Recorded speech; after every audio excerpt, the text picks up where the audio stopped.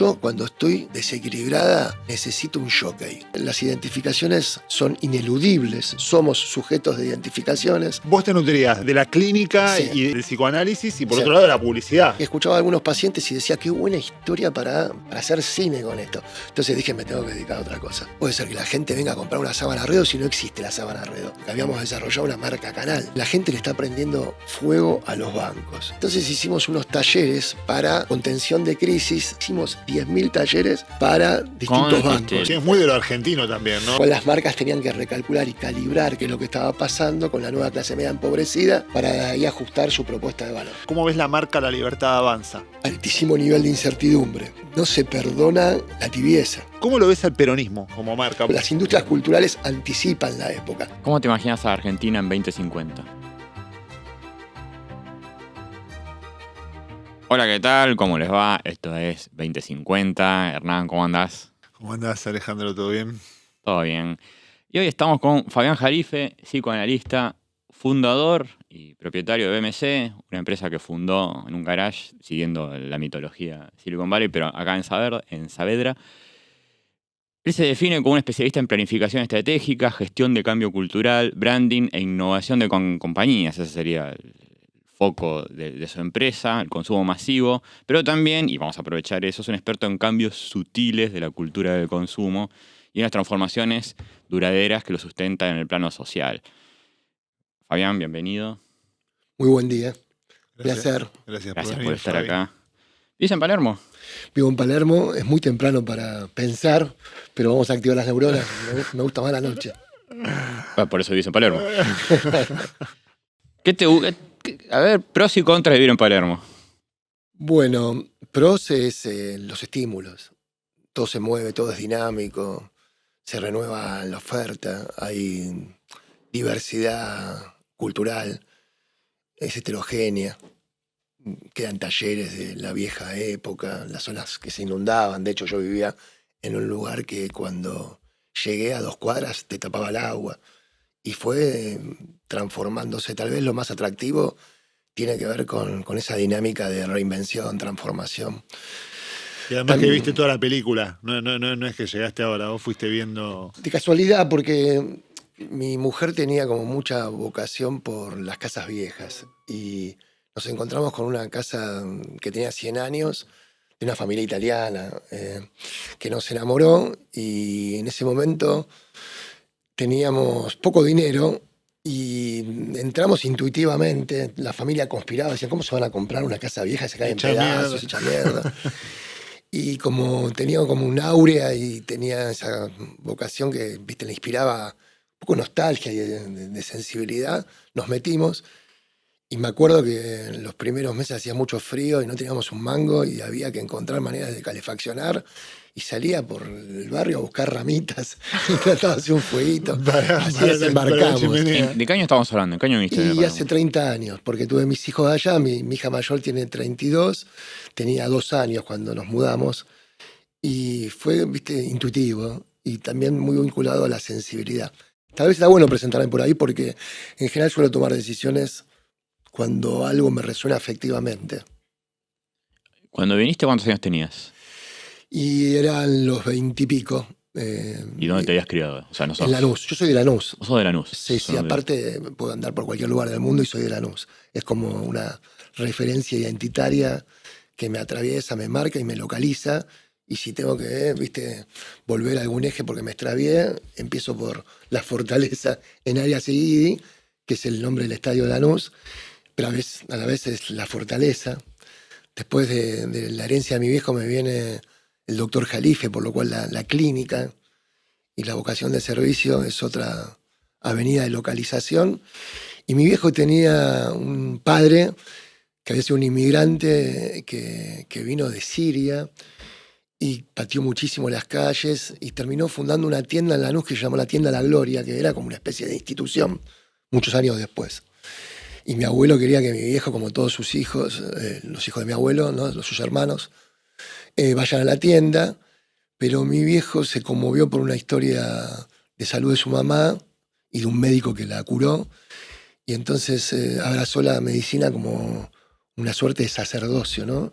Entonces escapaba para ir a la facultad de la tienda, lo cubría la hermana mayor, mi tía Emilia, y mucho tiempo después terminó siendo el hijo del doctor de mi abuelo, ¿no? Y era un orgullo para la familia, pero lo hizo a base de soportar cinturonazos como castigos de no ir a la tienda. ¿Cinturonazos literales o Sí, figurados? no, era la manera de esa época de corregir a los pibes que se desviaban del camino. Y su desviación era querer ser médico, digamos. Quería ser médico, no ir a la tienda. Pero bueno, si querés, significantes que me marcan: Lanús, la fortaleza, la gloria, ¿no? El significante de la gloria es un motor. Es Y un vos decís, movilizador. a donde sea que vayas, seguís siendo lanusense. ¿Y eso qué es? ¿Qué es ser Y lanusense? mis hijos se criaron en Palermo y mi hija, que es bastante cheta, ¿viste? Habla de como Made in Lanús, ¿viste? Lo llevan en el corazón, el significante. Pero no, viste que es una metáfora. Cualquier significante se significa a través de cómo lo metaforizás o qué efecto de sentido produce. Y Lanús tiene mucho que ver con sentir, viste, pertenencia, sentir lazo de filiación con el otro. Lanús me remite a relaciones de vecindario, a que el mecánico no te cobra porque también sintió ser cobijado clínicamente por tu viejo, y los vecinos de enfrente tienen la llave de tu casa y cuando te vas de vacaciones o hay algún problema, están ahí en cualquier momento. Entonces, la luz me remite a ese tipo de experiencia cercana y de contención y de lazo social afectivo con el prójimo. ¿Cómo se llama la clínica de tu viejo? Mi papá fue el director del Centro de Medicina Preventiva, hizo medicina social y se dedicó toda su vida a estar pronto para atender emergencias. Mira, hace poco, es una linda anécdota de esta, voy a Bariloche, y en Bariloche hay una parrilla, hay una serie de parrillas que llaman el Boliche de Alberto, que es como un lugar icónico para comer muy buena carne. De paso le paso un tremendo aviso. Y sabés que había muchos cuadritos, viste, de figuras del espectáculo, con Alberto. Y en eso empieza a haber jugadores de fútbol, viste, como en toda buena cantina, y aparecen muchos jugadores de Lanús. Entonces yo digo, este es de Lanús. Este es de si no lo Lanús, ponés, está ¿no? sobre representado. Rubito Morales, Ibagaza, Pepe Sando, digo, va. Entonces me acerco, digo, si hay uno de Lanús acá en Bariloche, que es lejos, lo tengo que saludar, ¿viste? Y empezamos a hablar con la cajera. Entonces le digo, che, Alberto es Lanús, sí, por supuesto. Yo también, ¿de dónde? De Drago. Yo también, era mi vecina, ¿viste? De mi infancia. Entonces cuando nos reconocemos, nos abrazamos y se pone a llorar porque mi papá le había salvado la vida porque había hecho un paro respiratorio y él le había asistido. Y entonces paró, viste, las rotativas y todos los mozos se pusieron alrededor de nuestra mesa y se generó toda una suerte de ritual de reconocimiento. Una escena de película. Una escena de película italiana, más así Sí. romántica. Pero bueno, de ahí vengo. Tu abuelo tenía una tienda que llamaba La Gloria. Sí. Vos te dedicás a las marcas. ¿Recordás cuál fue el primer momento que percibiste una marca? Tu primer contacto con una marca que no sea la de tu abuelo. Sí, ¿sabés dónde me empiezan a interesar las marcas? Yo tenía vocación clínica, ¿viste? Se enferma mi mamá de esclerosis lateral amiotrófica. La enfermedad que tiene Caparrós, la que tiene Bullrich, que es terrible. Y eso fue cuando yo tenía más o menos 13 años, 14 años. Y entonces se armó una especie de team building en mi casa para cuidar a mi vieja, porque es una enfermedad que te mantiene lúcido hasta el final, pero que te va debilitando, minando la capacidad física. Si está muy avanzada la enfermedad, te termina, viste, limitando e inhibiendo la capacidad respiratoria. Entonces dejas de sentir estímulos y te asfixias, te morís, así. Entonces mi vieja era muy vital, era un canto a la vida, iba para adelante. Y se empieza a deteriorar y yo no me daba cuenta, era Pendex, viste, estaba pensando en el fútbol, las minas, qué sé yo. Y en eso la internan y parece que se puede morir, viste, y ahí me cae una ficha. Y mi viejo era médico, mi hermano estaba estudiando medicina y se veía venir lo que venía. Y entonces yo levanté la mano y dije, me dedico yo a cuidarla, porque necesitaba mucha asistencia para todo. Para comer podía estar 3 horas comiendo. Y dejé la escuela en tercer año de la secundaria y me dediqué a ser su partner, ¿viste? Y en eso aprendí muchísimo, porque yo era medio una bestia que estaba seteado para jugar al fútbol y esas cosas. y entre otras de las actividades que hacía era leerle. Entonces aprendí a leer leyéndole. Tenía que leer en voz alta, tenía que entonar. Tenías que llevar la narración para Tenía que llevar la mantener el narrativa. interés. Así aprendí esto. Ahora doy, entre otras cosas, por ejemplo, hago training de storytelling. Pero mi primer ejercicio tuvo que ver con leer, viste, con cierta entidad, ¿no? Para que hubiera un efecto de transmisión y sea atractivo. Y un día, después de haber leído 100 libros para ella, me dice, tenés que leer esto para vos. Y me dio El miedo a la libertad de Eric Fromm. Y esa lectura y después El arte de amar fueron inaugurales para mí. Y después terminaron claramente condicionando mis elecciones, en donde el primer ciclo de mi vida fue estudiar psicoanálisis, ¿no? Pero decís, che, ¿y las marcas cómo entran en todo esto? Bueno, laburando como psicoanalista, tenía todavía ¿viste? El proceso de mi vieja en curso, no me había recibido, todavía estaba con mi mamá. Pasan como dos cosas que convergen para que yo me meta en el mundo de las marcas. Sigo con la serie de mi mamá. Mi vieja se estaba deteriorando, entonces vos ves que la imagen se va deteriorando. Entonces el cuerpo se va deteriorando. Pierde el habla, pierde la capacidad de ponerse de pie, pierde la capacidad de movimiento. Y vos teniendo 14, 15 años. Yo tenía 15, 16 ya para esa altura, pues ya llevaba un par de años con ella, había dejado la escuela y tenía que, ponele, ella tenía que hablar y yo estaba internada, tenía traqueotomía, estaba canalizada. Entonces yo le decía las letras del abecedario y ella pestañeaba y armábamos las palabras. Tiempo después ya me miraba y yo actuaba, ya jugábamos de memoria, porque te pasa eso en la conexión con el empezás otro. a conectar. Pero toda esa situación me llevó a tener como una pulsión por sacar fotos. Y yo sacaba fotos para tratar de como congelar una imagen que se deterioraba, ¿no? Entonces tuve un tiempo que sacaba fotos casi que obsesivamente. Me hice fotógrafo, estudié fotografía. Y en ese proceso dije, por más que yo congele las fotos, ¿viste? Sí. Las cosas siguen fijan, pasando, claro. Las fotos se fijan, pero la realidad sigue evolucionando en el sentido del deterioro. Y entonces en una me cae una ficha por las lecturas que venía teniendo y por estas angustias. Y me aparece un texto de Borges, ¿no? En relación a no ser calle, y habla de la muerte del cuerpo físico y la segunda forma de la existencia, que es la simbólica, y que la muerte simbólica eventualmente acontece con el olvido, pero trasciende la muerte del físico. Y dije, no, lo simbólico es la única manera de pelearle a la muerte y al deterioro, la decadencia del mundo físico, es a través de desarrollar capacidad simbólica. Y eso me lleva al mundo simbólico primero y a las marcas después. ¿Qué me pasa con las marcas? Venía con una lectura medio Naomi Klein, muy crítica, ¿viste? Del mundo de las marcas como un mundo manipulatorio. Del mundo psicobolche. Claro, también de la iba a la época, me UBA, estudiaba imagino. psicología, ¿viste? Entonces, tiempo después, y tenía una mirada muy crítica sobre el tema de las marcas, hasta que en un momento, ¿viste? Tengo una paciente que sufría desequilibrios, mirá qué interesante, ¿no? Lo que hoy sería poner ataques de pánico, hace 30 años, más, 35 años. Y entonces la flaca dice en un momento, yo cuando estoy desequilibrada necesito un jockey.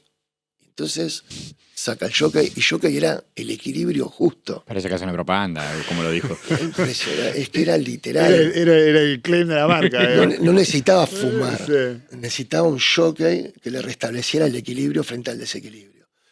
Entonces yo con eso que iba escuchando decía, wow, ¿viste? Los publicitarios no tienen la más puta idea De lo que están del haciendo. efecto que producen cuando salen a vender un producto, ¿entendés? Entonces me empezó a interesar mucho la dimensión emocional y simbólica de las marcas, ¿no? Del efecto marca.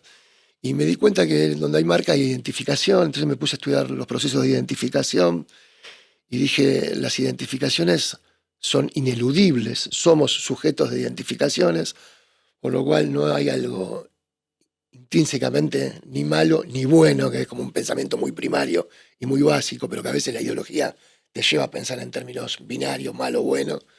Y entonces digo, es un proceso mucho más complejo, mucho más sofisticado, me voy a meter por ahí. Y eso me llevó a tener lecturas, después conversaciones y después iniciativas vinculadas al ejercicio de lo que hoy se llama branding, Pero de ahí me... Y en algún momento, pues, me imagino que sí, diste el salto y abandonaste definitivamente la clínica para dedicarte solamente a la empresa. Sí, pero tuve un periodo en donde avancé en dos avenidas de desarrollo. Por un lado, tenía una productora, quería hacer, porque yo venía esto de las imágenes y las fotos, y el storytelling, y quería comunicar. Y me gustaba el cine antropológico, era una productora, empezaba el video. Entonces tuve un rato de tratar de hacer cine.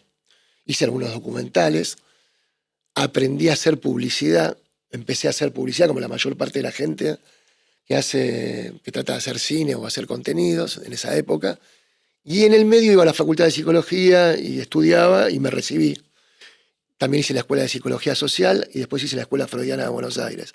Por lo cual también, estudiaba Psicología Social y estudiaba Psicoanálisis Lacaniano y entre unos y otros se mataban. Y yo iba a un lado, iba al otro y me gustaba la clínica vinculada a los problemas del sujeto y también me gustaba lo social y los problemas y los desafíos de la grupalidad.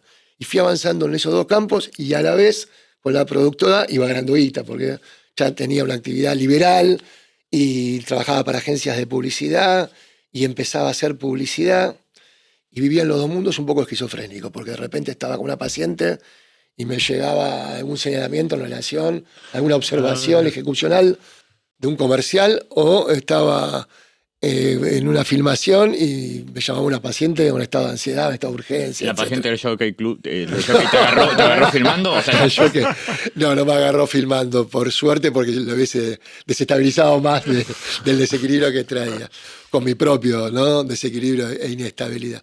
Pero en realidad no estaba inestable, estaba como muy curioso, con muchas ganas de hacer, con mucha urgencia de vivir, porque venía de mucha muerte y de mucho deterioro. Y eso es un motor vital. O sea, yo voy a cualquier situación en la vida hoy y siempre el trasfondo de lo que me pasa, que tengo mucha intensidad, ¿viste?, mucha energía, tiene que ver con que la dramaturgia que me atraviesa es vida o muerte. Entonces eso me hace habitar la vida con intensidad vital. ¿Y en qué momento, o sea, recordás el momento en que decidiste volcarte a pleno en la empresa? A veces hay experiencias que te generan una síntesis, ¿viste? Entonces, cosas que tenés en paralelo, que tenés fragmentadas, se articulan. Yo venía trabajando en la productora y me empecé a hacer preguntas. Che, ¿esto que filmo? ¿De dónde viene? ¿Viste? Porque aparte cada vez, como tenía proyectos más importantes, tenía más exigencia de cuidar más la ejecución. Y era como más obsesiva la ejecución, más perfeccionista en esa época, y eso me agobiaba, no me interesaba nada. Me interesaba mucho más, che, esto que se filma, ¿de dónde viene? De un guión. ¿Quién hace el guión? La agencia de publicidad. ¿Y por qué hace un guión la agencia de publicidad? ¿Viste? Como los pibes. ¿De dónde saca? Claro, de un brief. ¿Qué es un brief? Es interesante porque todas esas preguntas que fui haciendo me llevaron a trabajar años después en estrategia. Porque lo que me interesaba era de dónde vienen las cosas, no esto que hay que hacer. Entonces, ese fue un recorrido que fui haciendo, no sin crisis en relación a las filmaciones y los comerciales. Y por otro lado, viste, en la clínica empecé a trabajar en un hospital y empecé a tener como mucha más demanda, porque estaban admisiones y empecé a tener como mucha carga de horas de pacientes. Entonces, en un punto empezaron a colisionar esas dos vidas. Y me pasaba también que escuchaba a los pacientes, y esto me terminó de decir. O sea, vos te nutrías de la clínica y de toda la cosa, digamos, del psicoanálisis y por otro lado de la publicidad, ¿no? Y como que esas dos cosas en un momento... Pero decías que algo te terminó de decir. Sí, escuchaba las historias de los pacientes, viste, que a los terapeutas les pasan cosas, por más formación que tengan y más neutralidad que tengan. Hay pacientes con los que estás y estás despierto, atento, curioso. Y hay pacientes que tenés una paciente que demasiado toser, otra que demasiado. Son tus síntomas, tenés que supervisar, tenés que ver tus implicaciones. Pero en líneas generales, más allá de uno u otro, me pasaba que escuchaba a algunos pacientes y decía, qué buena historia para, viste, hacer con esta dramaturgia, para hacer teatro con esto, para hacer cine con esto. Entonces dije, me tengo que dedicar a otra cosa. Entonces ahí fui tomando distancia de la clínica hasta que corté con la clínica. Aún así, años después, me aparecen pacientes que me llaman, y en general si me llamás me encontrás. Si vienen para un proceso terapéutico los derivo, pero capaz que de repente necesitan, 2, 3 entrevistas y se arma una especie de dispositivo de coaching, porque a lo largo de los años fui aprendiendo distintas disciplinas. El coaching es una disciplina que sirve para otras cosas, y a veces capaz que retomo algún ejercicio de coaching vinculado a alguna pregunta puntual o a un problema específico que trae alguien que me conoce de otros ciclos de mi vida, ¿no? De otras vidas, o sea, casi. colgaste los botines, pero en algún momento te pones ahí a Tengo jugar. vocación. Colgué los botines, pero de hecho en lo que hago, hoy trabajo, me presentaste, tengo ahí como varias facetas, porque la compañía tiene varias. Contá lo que hace BMC, porque a mí Sí. yo tengo la idea de que BMC es una empresa que en cierto punto exporta pensamiento, ¿no? O sea, exporta estrategia y pensamiento. Contá lo que hace BMC, que tiene sede en Europa, tiene sede en México, en Estados Unidos. Se inició justo a la salida de esto que yo decía, que escuchaba las historias de los pacientes y yo quería hacer con eso contenidos, ¿no? Me contrata el que es mi socio de BMC y cofundador, Fernando Parodi. Fernando. Él era director comercial de una compañía. Es interesante las fuentes que hacen que converja algo en la creación de otro organismo vivo como una empresa, digamos, una compañía. Fernando era director comercial, manejaba las marcas Sergio Tacchini y Fila, y hizo un evento en donde venía Mónica Seles a jugar con Gabriela Sabatini, y yo tenía una productora y filmé ese evento. ¿Está bien? Él era el cliente y yo era el director que filmaba. Nos hicimos ahí, pegamos onda, digamos. Corte a tiempo después, yo trabajo para un primo mío que me dice, vos estás en comunicación, ¿no? Sí, necesito hacer algo con mi marca. Y era un gran distribuidor de sábanas y acolchados, que los distribuía y los comercializaba con marca de la que pagaba licencia, Pierre Cardin en esa época.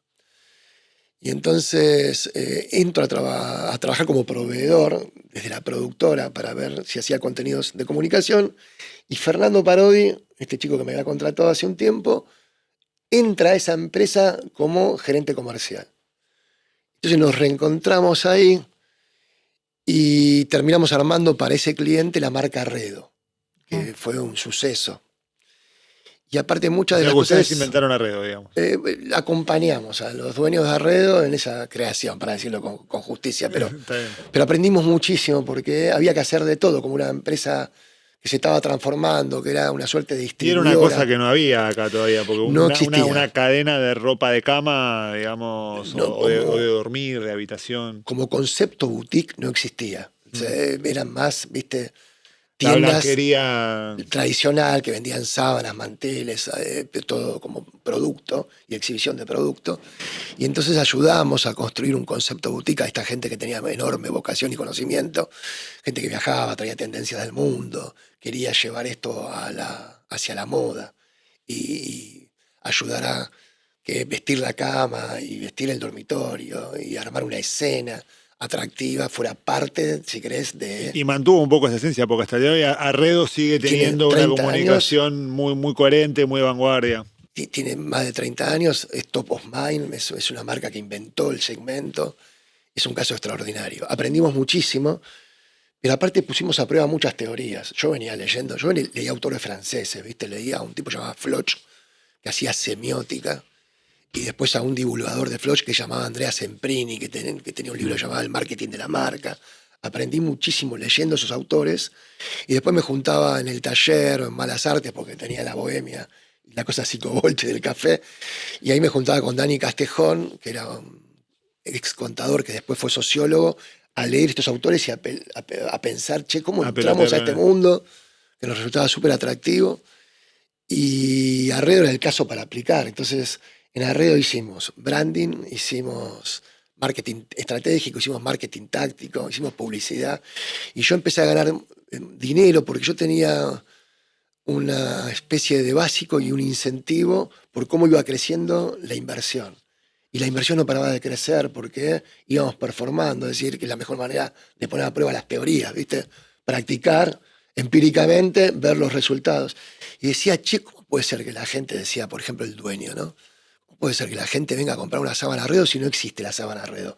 Porque habíamos desarrollado una marca canal. Y cuando vos creás una marca canal, hay un efecto de transmisión de la identidad de la marca canal a los productos que comercializa la marca.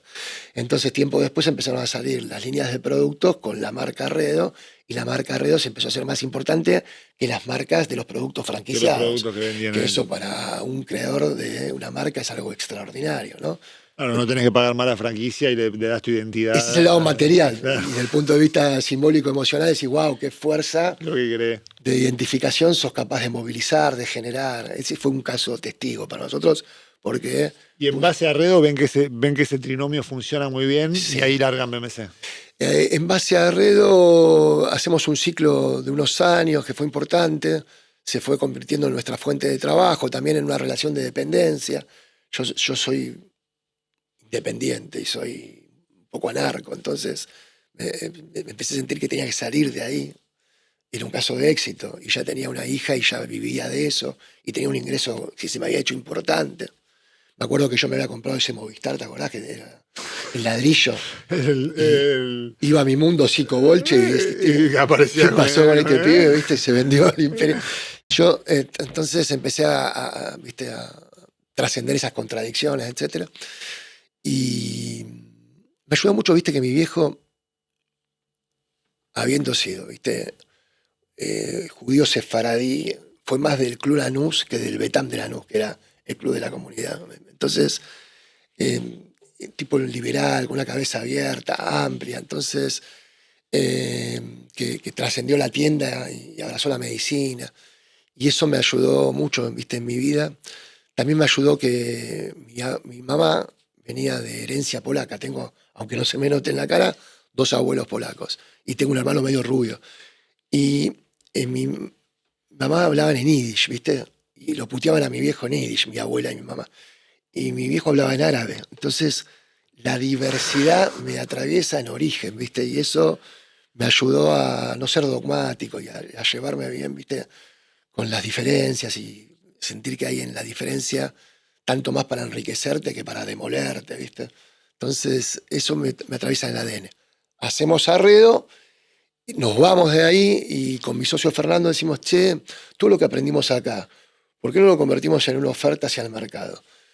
Y el primer ciclo tuvo que ver con a quién le puede interesar lo que hicimos acá.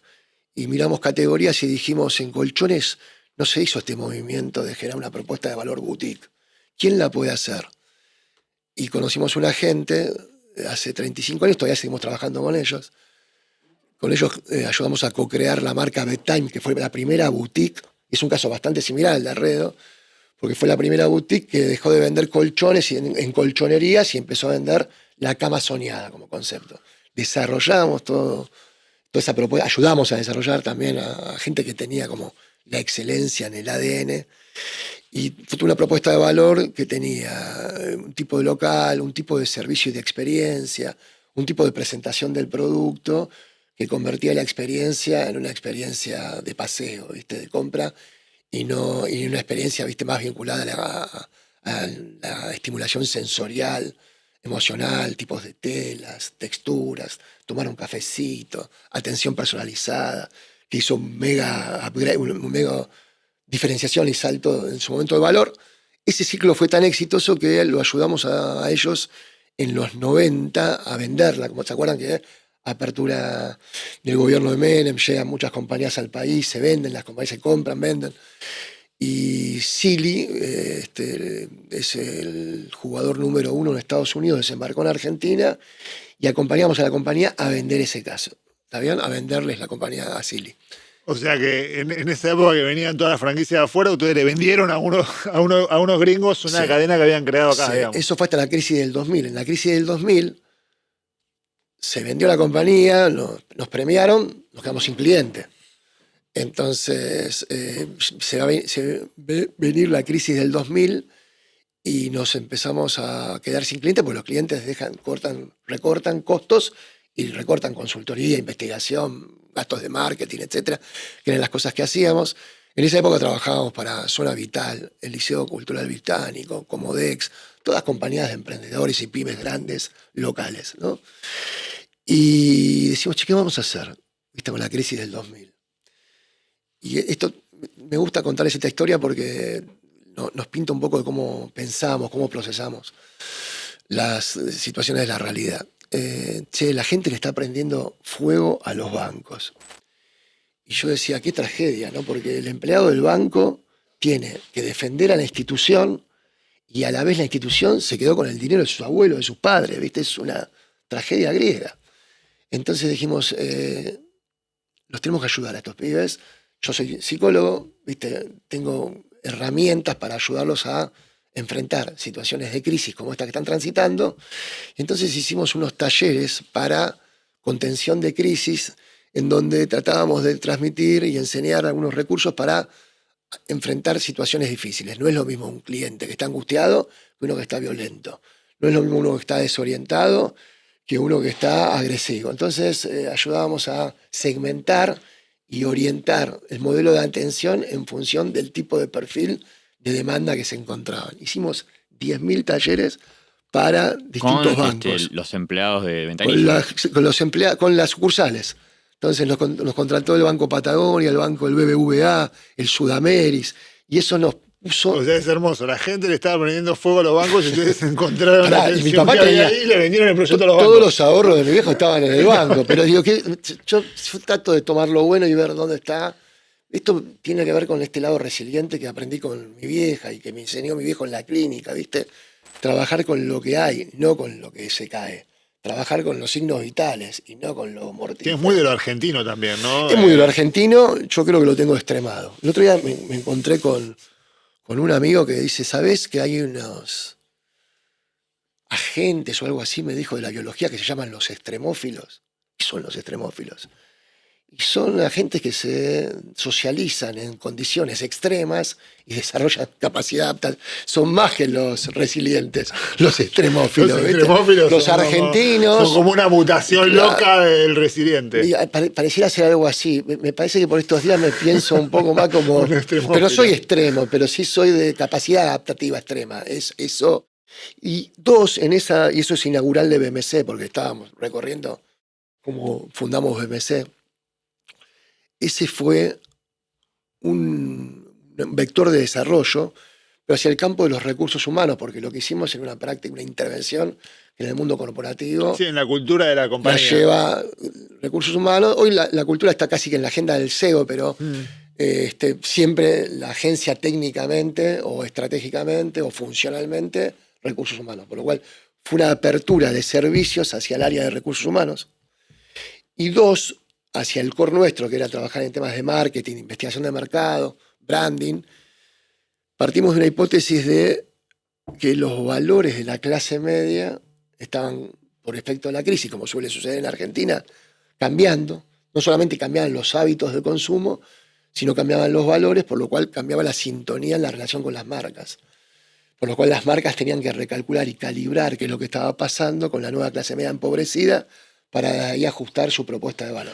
O sea que a partir de 2001 vos empezás a saltar a hacer una lectura un poco más global de la sociedad. Como te empezás a conectar con ese nervio que se va transformando rápidamente. Con los factores socioculturales que después determinan los factores de consumo.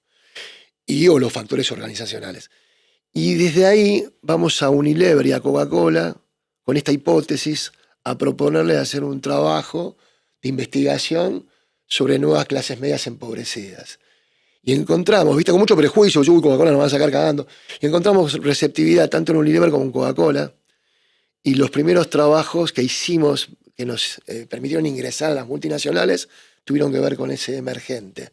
Después de ese primer trabajo hubo otro trabajo sociocultural sobre, viste, tiempo después, 2000 y pico, empiezan las tribus urbanas a tener mucha presencia, entonces hicimos un trabajo, siempre en las compañías multinacionales, con productos de consumo masivo, les interesan los jóvenes y entender a través de los jóvenes la dinámica de las tendencias.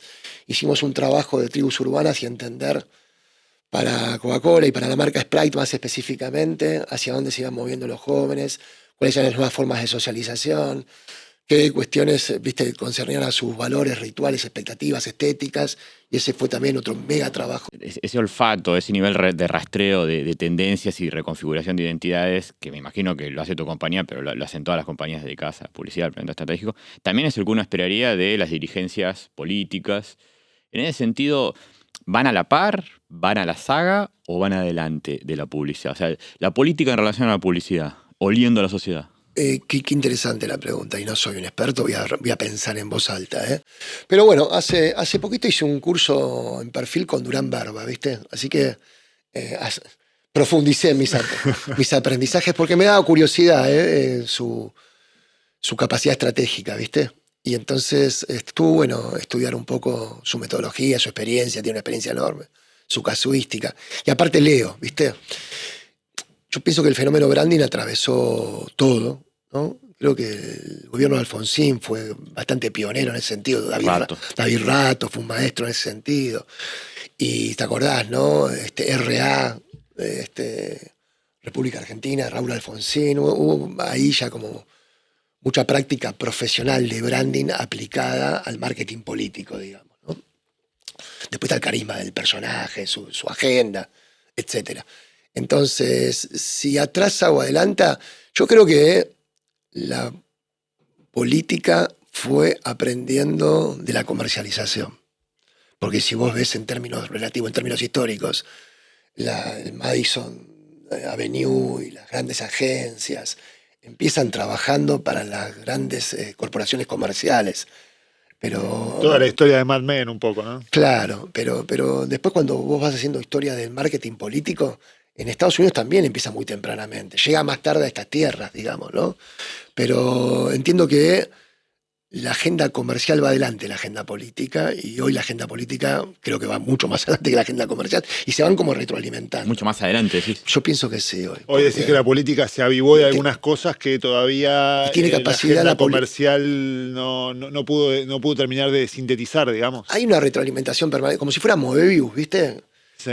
Y depende del contexto que pesa más. Hoy hay una fuerza de lo político que atraviesa lo comercial. Es decir, el carácter de una marca, te lo digo así en el sentido práctico. Si vos seguís la historia de Nike, es impresionante porque leen muy bien la época, ¿no? Después está lo que hacen, y lo que hacen es muy controversial, ¿no? Han estado en casos de explotación infantil, que tienen un montón de cosas oscuras atrás. No soy un entendido del caso, pero es público, ¿viste?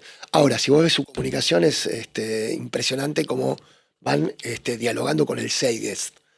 Entonces, Nike te puede decir en una época, en los 90, tacherismo, puede decir el segundo es el primero de los perdedores sin que se les mueva un pelo. O si ven un comercial que hizo hace unos meses, podría ser un comercial de Trump y es un comercial de Nike, y lo hace todavía en contexto y ambiente cultural woke, digamos, pero a la salida, cuando está cayendo, digamos. Ya Entonces, como que Nike sentí que anticipó la caída de wokismo. Huele sangre. Lee primero, lee temprano. Pero tiempo atrás estaba haciendo Yogo Bonito, ¿entendés? Y estaba en el centro, o tenía una ejecución extraordinaria que se llama Sudal Jamón, es hiper progresista, que les dice a las minas centroamericanas como un reggaetón, andamos a ver el culo y no a la cirugía, digamos, no seas carne de carnicero, claro. Digamos. Entonces, Sudal Jamón se llamaba la campaña. Sí, se las recomiendo, es extraordinaria. Pero vos podés ir leyendo la época a través de las ejecuciones de las Pero ahí marcas. estaría lo comercial por delante de lo político. Ahí estaría lo comercial adelante de lo político. En esa época, estamos hablando hace 20 años más o menos, Sudal Jamón. Si vos ves el comercial de Nike hoy, es un comercial que respira ultraderechismo político, por lo cual lo toma del ambiente cultural. Pero llegó antes el ambiente cultural. Claro. Por eso digo que la disrupción puede venir de cualquier lado. No, es muy contraintuitiva tu respuesta. Uno tendería a pensar que en este momento de crisis, de la representatividad, la política va atrás, y vos decís que no, que en realidad la Pienso, de mi experiencia, porque voy viendo. O sea, que las marcas tienen que politizarse. Por ejemplo, la Libertad Avanza como marca está un poco más adelante pensando en la sociedad y las tensiones que algunas marcas más como consolidadas o corporativas sentís en este momento. Déjame ir por esa pregunta y después voy por esta. Dale.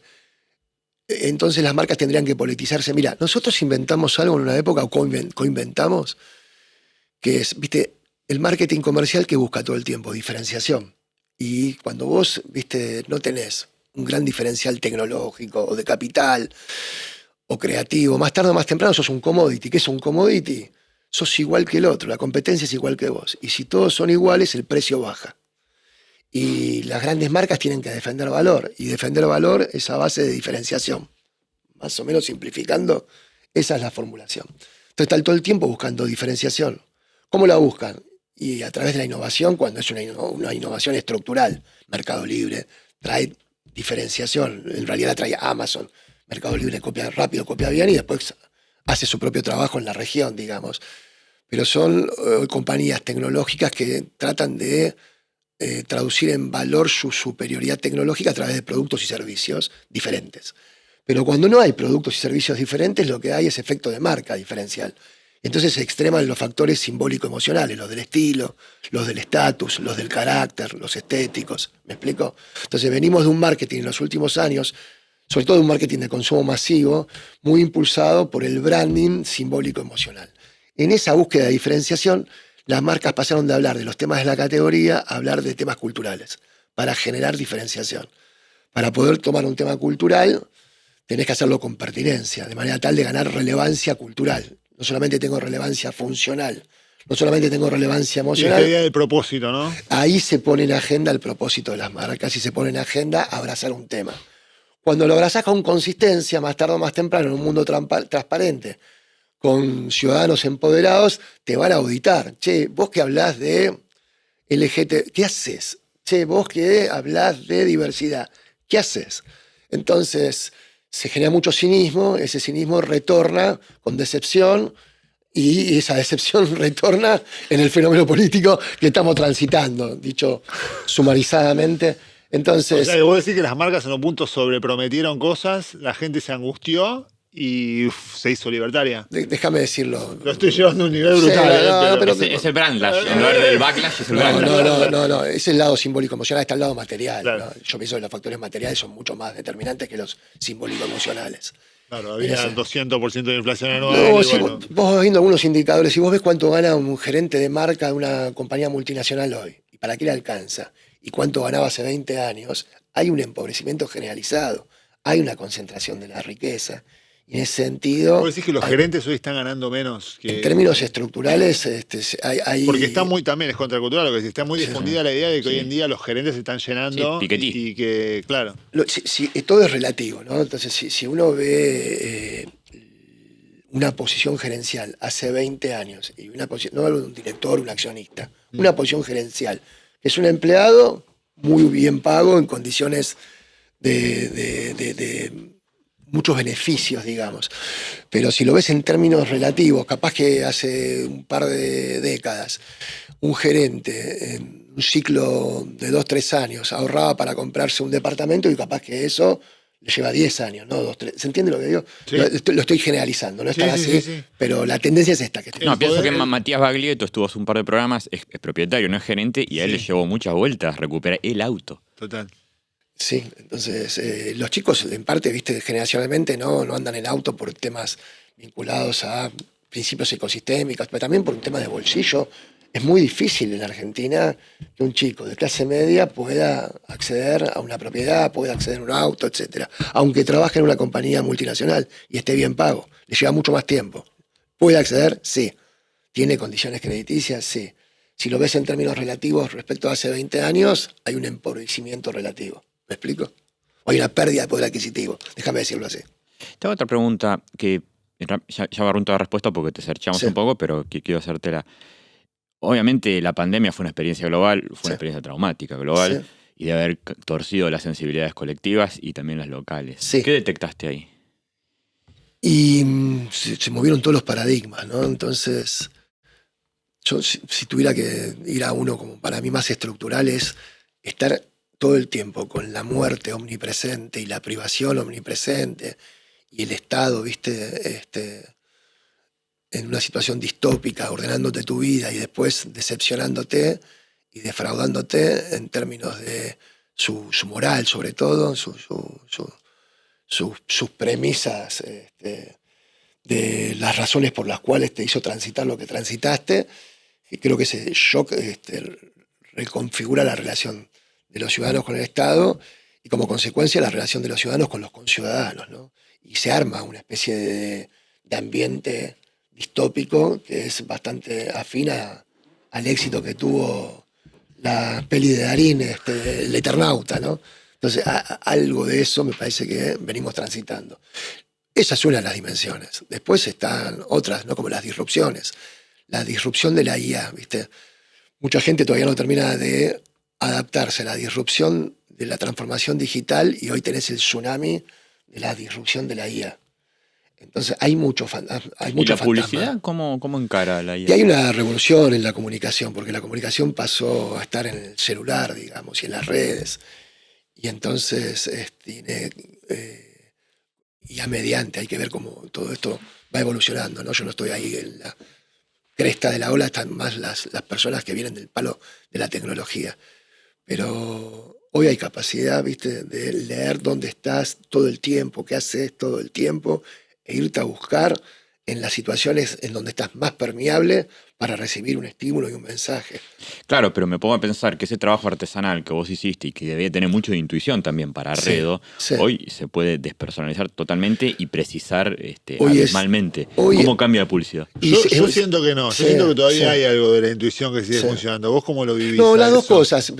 Existen los Bayala, los Martín Mercado, que son grandes publicitarios que siguen haciendo trabajos de impacto y valiosos y significativos, y existe el marketing de performance. Entonces, todo lo que es performance que tiene que ver con la venta está absolutamente tomado por la ciencia de datos y está operacionalizado, pero eso no genera engagement, no genera equity, no tiene magia. Eso genera performance y genera traducción de estímulos en compra. ¿Viste? Te llegó algo que no esperabas, te incentivó y de repente estás comprando algo que no pensabas comprar, y eso lo hace el marketing de performance, y es un lado que no me interesa, pero que es el lado más rentable, digamos. Vos estás más arriba en la cadena, digamos. Yo estoy del lado de lo que genera efectos de conexión emocional, lo que genera efectos de persuasión, lo que genera efectos de adhesión, lo que genera efectos de identificación, que es el lado hacia donde va el branding, digamos, ¿no?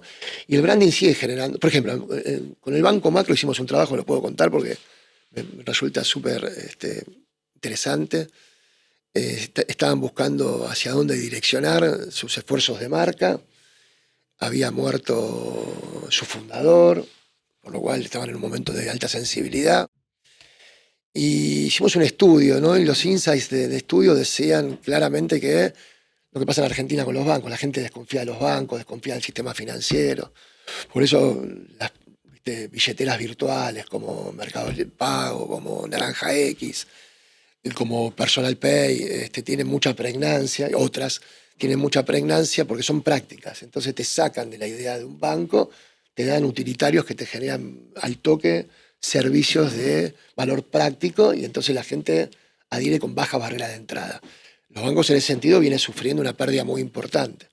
Este banco estaba buscando reposicionarse, hicimos un estudio, la industria financiera en general, ¿viste? Está todavía con herencias de cuando se quedó con el dinero en el corralito, etc. La gente cree que los bancos en general están para cagarte. Sí, habiendo historias de gente que los bancos se quedaron con la plata en el corralito. Hay una generación que sufrió eso y que sigue siendo... Sí. Y para los jovencitos los bancos son viejos, ¿viste? Son instituciones distantes, lejanas, etc. Entonces, un desafío enorme cómo ganar cercanía, cómo ganar confiabilidad, que eran dos atributos que al banco le interesaba mucho poner en valor, porque es la red que tiene más capilaridad federal, es decir, es el banco que tiene mayor penetración demográfica y mayor cantidad de sucursales en el país. Entonces dijimos, mira, hay una oportunidad simbólico-emocional de volver a conectar a la gente con los fundamentales de un banco. ¿Para qué está un banco? Para bancar, que la gente progrese, que la gente crezca, que la gente tenga crédito, etc.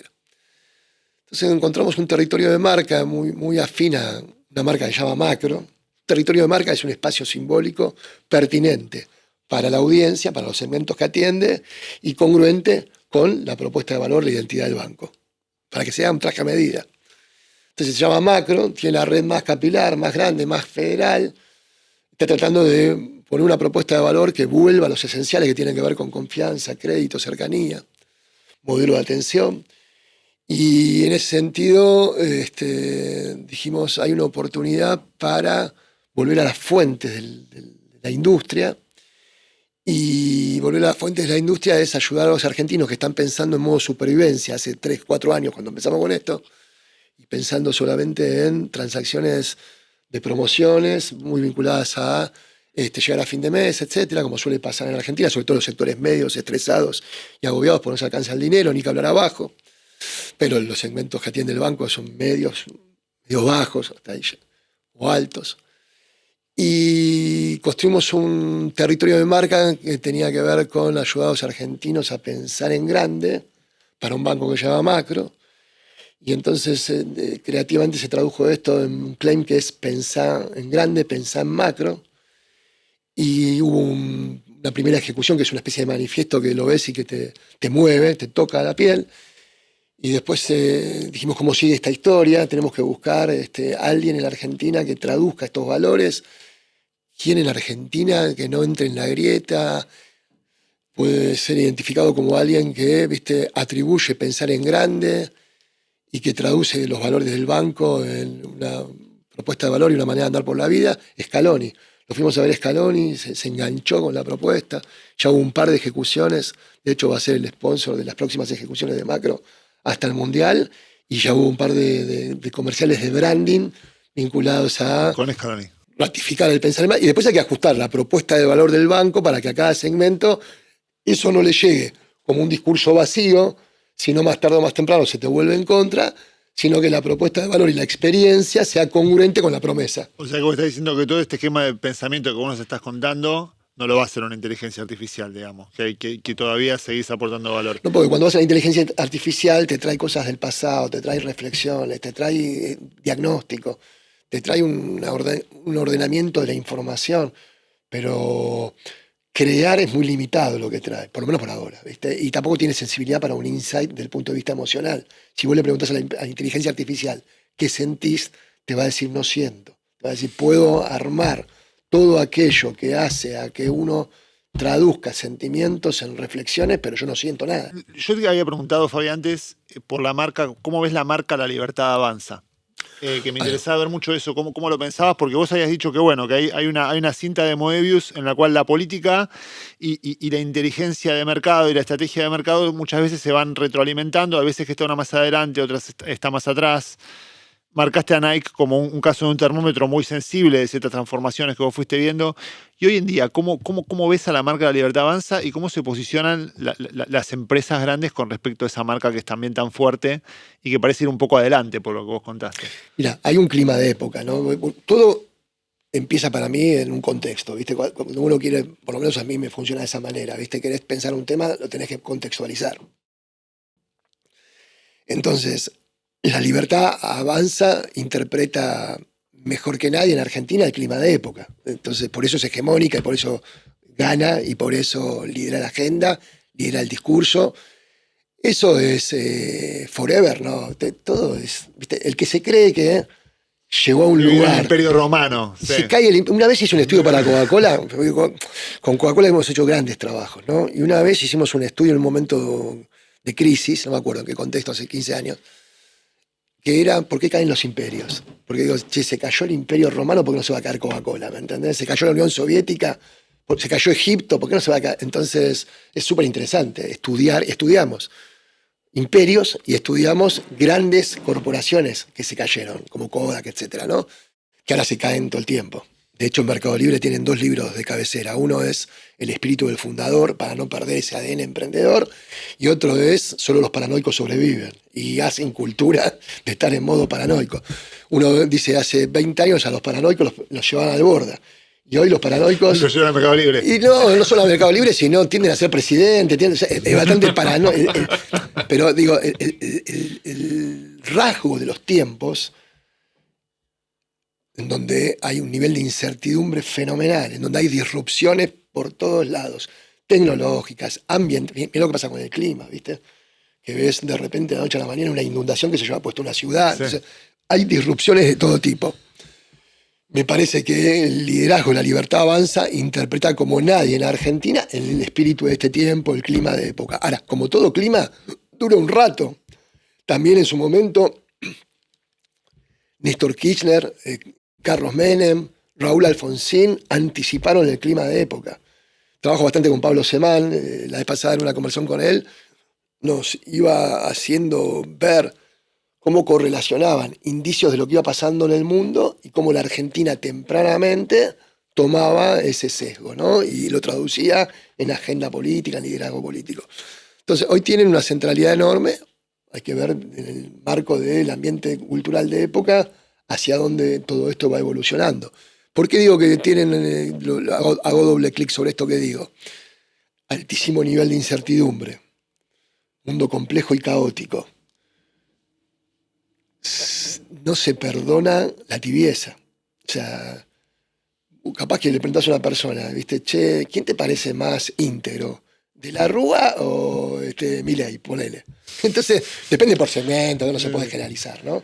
Pero capaz que cuando a la hora de elegir o a la hora de generar adhesión o a la hora de poner un voto, no va a eventualmente priorizar la integridad, sino que va a priorizar el coraje o la determinación. Bueno, esos atributos hoy son centrales al nivel de incertidumbre porque le ponen como una especie de antídoto a los miedos y fantasmas de la época. Entonces yo tiendo a pensar en términos de fantasmas y fantasías. Lo declarativo está como una capa, en eso soy freudiano, ¿viste? Lo declarativo es chamullo, pero el chamullo responde al sistema de creencias y el sistema de creencias responde al sistema de fantasmas.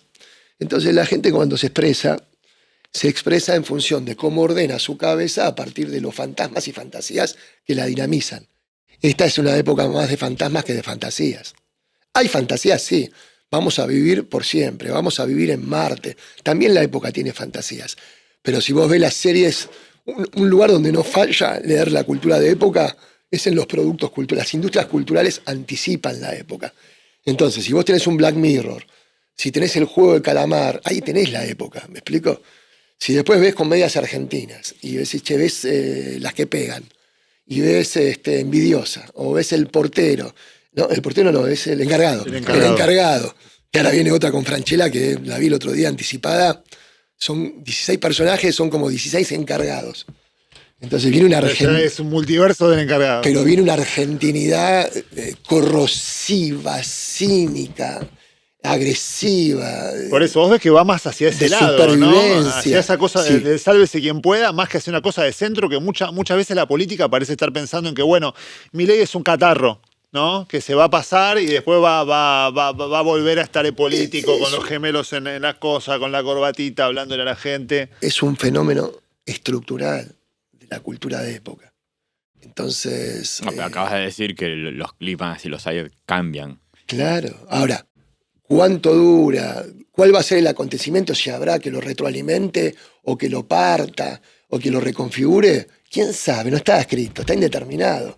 ¿Está bien? Pero esto hoy es hegemonía. Es un fenómeno global, ¿no? Es un fenómeno global. ¿Y hay un perfil de consumidor argentino que permita recortar cómo esto cae acá? Yo, sobre todo, estoy muy atento a los tonos. Mirá que yo vengo de la formación conceptual y he leído mucho francés y mucho semiólogo y mucho psicoanalista. Estudié Lacan, entonces tenés que tener una apertura y una tolerancia a la densidad conceptual, que si no te perdés y te extravías.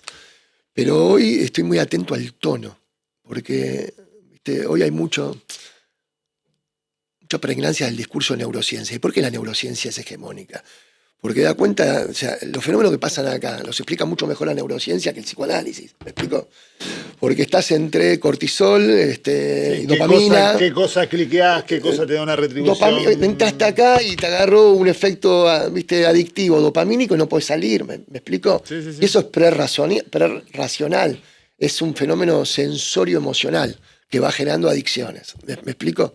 Dicho eso. Sí. Entonces, esto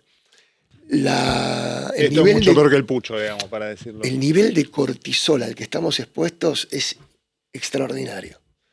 Porque el modo supervivencia adaptativa está en todos lados. Si vos decís, che, déjate de joder, en Mercado Libre estás en zona de confort, no, estás en zona de paranoia, solo los paranoides sobreviven. Y es una compañía que es lo que es, está donde está y va por lo que va, porque tiene ese nervio activo. Entonces, ¿qué le queda al ciudadano común, más frágil, más vulnerable? Y tener ese nervio recontra hiperactivo. Por eso está en estado de alerta. Recién le acabo de dar con un pibe que está viviendo en Israel. Me dice, el nivel de violencia que hay en la sociedad israelí, no sé si es comerse todo eso que está pasando ahí afuera, o si es esto mismo que está acá adentro, que va para afuera. Y es un fenómeno que se retroalimenta, ¿me entendés? ¿Cómo lo ves al peronismo como marca? Porque es algo que... Me haces preguntas de las que no soy analista, no soy experto. Yo lo sé. Y te voy a decir fenómenos psicosociales que veo, que es de donde más me gusta mirar. Lo veo haciendo el duelo de orfandad, de haber perdido, ¿viste?, al liderazgo que lo trajo hasta acá, ¿viste? Entonces quedan los ecos de ese liderazgo, ¿viste? La voz de Cristina en la plaza es como un eco, porque tampoco tiene cuerpo, ¿viste? Entonces ese eco es como una especie de voz, ¿viste?, que alimenta los fantasmas y las fantasías.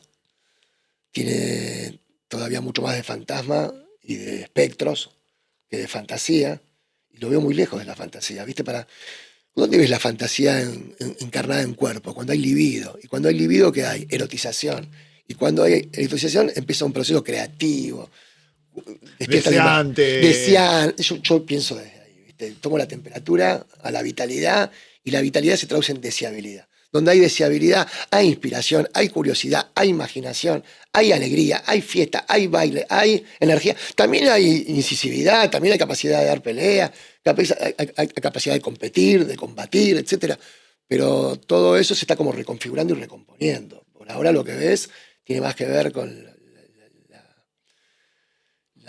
los efectos demoledores del embate que sufrieron que con la energía revitalizante. Pero no creo que sea un fenómeno del peronismo, creo que es un fenómeno del progresismo en el mundo. ¿Me explico?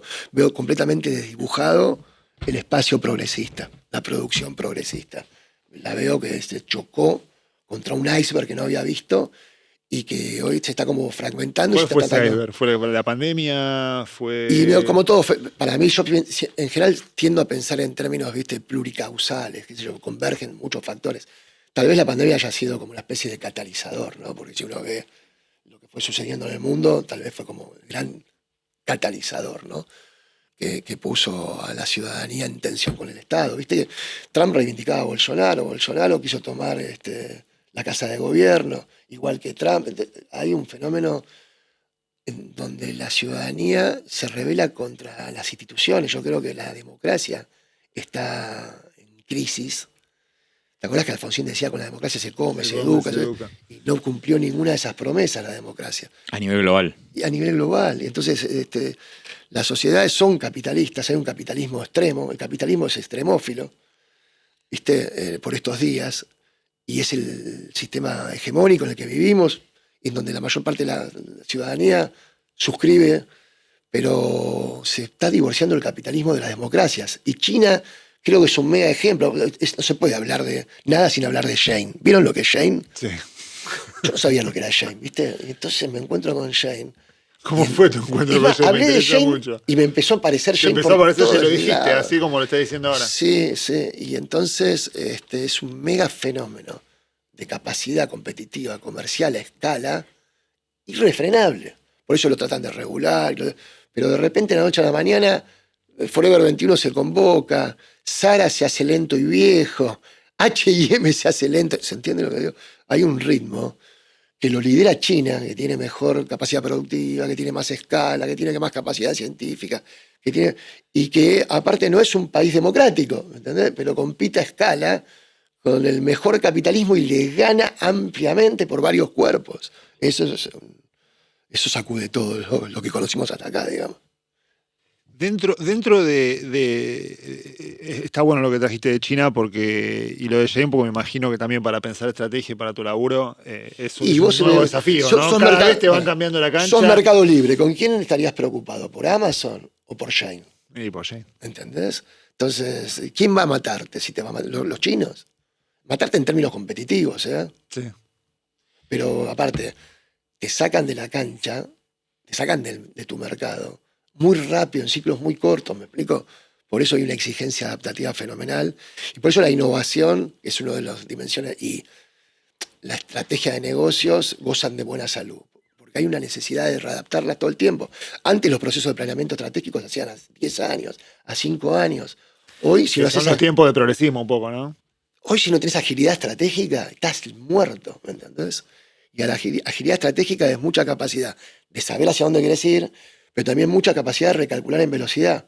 Es como los jugadores de fútbol, viste, que tienen repentización, porque saben leer el partido mientras están leyendo la jugada. Esa es una si tengo un hijo, ¿en qué quiero que se forme? En eso. Porque en su vida va a tener que desarrollar esa habilidad adaptativa al extremo. ¿Te parece pasamos al Proust? Sí, me quedó una, pero sí, después se la voy a hacer. Cerramos las entrevistas con el cuestionario Proust, pero adaptado. Y no solamente adaptado al perfil de empresarios que entrevistamos, sino a veces medio customizado a cada entrevistado. Y acá voy a tomarme un permitido. Vos hiciste un viaje por Nevada y California, lo contás al principio de tu libro. Hice un viaje por California y Nevada, no me acordaba haber hecho Nevada, pero capaz que sí. Lo leí anoche. Sí. O sea, lo tengo fresco. No, es para darme el pie. Pará, Nevada es, por ejemplo... Las Vegas. Las Vegas, sí, estuve en Nevada. Para hacerme el pie para una pregunta que sí le hacemos a todos, pero en otro momento es, ¿en qué cosas, o en qué cosa sola, Argentina es mejor que Estados Unidos? En el lazo social. Todavía el lazo social en Argentina. Te lo dicen todos los argentinos que extrañan y que se van. ¿Viste? La manera que tenemos, cómo festejamos el Mundial. Los efectos, ¿viste? De la amistad, cómo se practica en Argentina. Las formas familiares heredadas, muchos de España e Italia, sobre todo, también de las familias europeas orientales, eso, pero la forma cercana, apasionada e intimista del lazo social es marca registrada Argentina extraordinaria.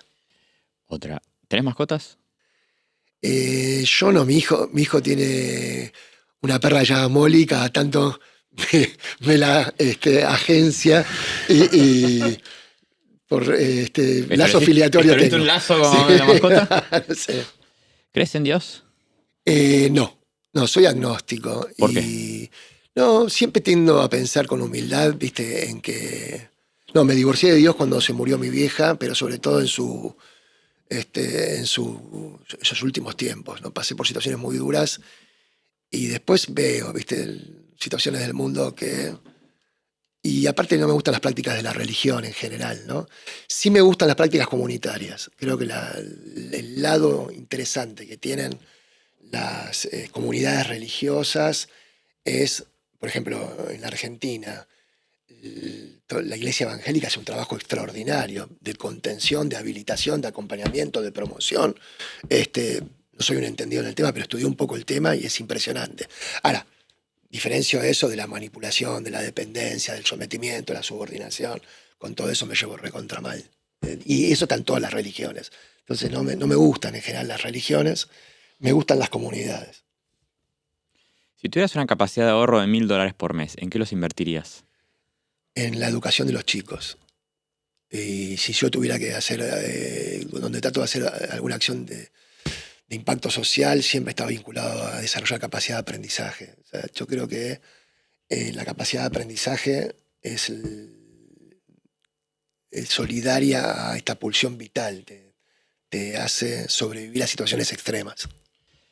¿Cómo definirías el capitalismo? Como lacaniano. Mira, el otro día estoy con un proyecto que me gusta mucho y lo quiero llevar para el lado de lo que llamo el capital social. El capitalismo es un sistema que trata de de generar valor. Me gusta tomar ese lado, no me gusta tomar el lado de explotación, plusvalía, etc. Sí me gusta tomar el lado de la capacidad que tiene el capitalismo de una y otra vez poner el talento, el potencial humano al servicio de la generación y regeneración de valor. No tiene límites. El problema del capitalismo es cuando no tiene límites. El problema de cualquier dogma, de cualquier hegemonía, es que la falta de límites hace que puedas poner mis huesos en la procesadora capitalista para generar un efecto de plusvalía, un efecto de mercancía. Ese es el lado que lo destruye, no es el lado que lo construye y lo renueva. Sí. Si se lleva puesta los huesos de las instituciones democráticas, se está destruyendo a sí mismo, más tarde o más temprano. Bueno, en China no. En China no, pero le hice una paradoja que acabo de traer y que vos me subrayás. Y ese capitalismo sin instituciones o sin democracia no me gusta nada. Si te garantizaran sinceridad total en la respuesta, tipo Sí. suero de la verdad, Sí. ¿qué preguntarías y a quién se lo preguntarías? No, le preguntaría a Freud porque lo admiro mucho, porque yo soy freudiano. O sea, ¿Y qué le preguntarías? A Freud, ¿qué le preguntaría? ¿Qué lo conmueve? Bueno, esta es medio obvia después de esto, pero ¿personaje histórico favorito? No, para no repetirme, alguna mujer. Mi mamá es un personaje histórico, mirá qué edípico salió.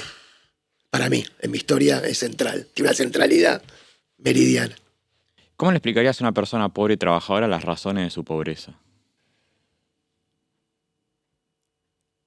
No sé si le explicaría las razones, pero trataría de movilizarla a... Mira, una vez yo trabajaba en un hospital y venía gente y uno decía, no tengo un mango en el bolsillo, y otro decía, soy pobre.